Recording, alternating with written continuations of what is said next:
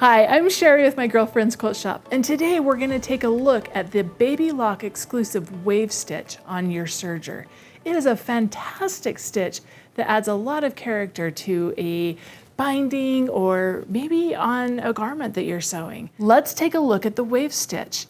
On this one, your thread comes from the front and goes to the back, so it kind of alternates between it.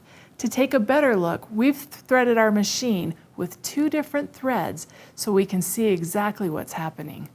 Let's go over to our machine and take a look at exactly how we're going to do this, because it does get a little bit tricky. So the overlock needle thread is going to come up through the O2 in the thread stand. Your thread will then come down into the O1 thread spot and click into the tension disc.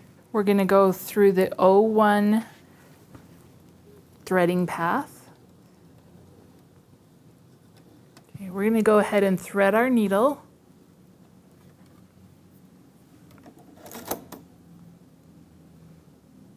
The next thread we're going to do is our upper looper, and it's going to come up through the thread mast. And this one is going to go in the O2 tension disc, so we click it in. We're going to go under, and then we're going to come straight down to the upper looper port. Make sure you have enough length, put it in the upper looper, and thread. We're going to place our last thread on the lower looper, bring it up through the thread mast.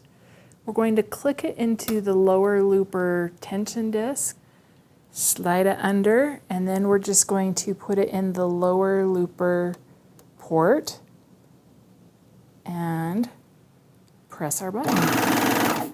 Our needle is in the O2 position. Our length is going to be between a 0.75 and a 0.25. So we've got it right there on a 2. Our width is at a 5.0, and our stitch selector is going to be on the B. And this is the one where you get to change this to your wave stitch.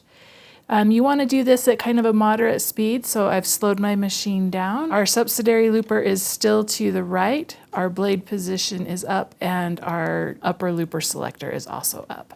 So let's take a look at our wave stitch. So coming back over, you can see what our wave stitch looks like. You can see the upper looper threads and the lower looper threads coming to the front, and it just goes back and forth between them. With one quick change, we can change this to a rolled edge wave stitch. Let's go to the machine and take a look at what you need to do. So coming over here, we're going to change our stitch selector from B to C, and we're going to change our length here from a standard to a rolled hem size, and we can change it between 0.75 and a 1.5, so right about there.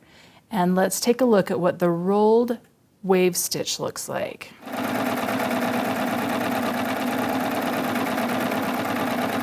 So here's what our rolled wave stitch looks like. There it is on the front, and there it is on the back.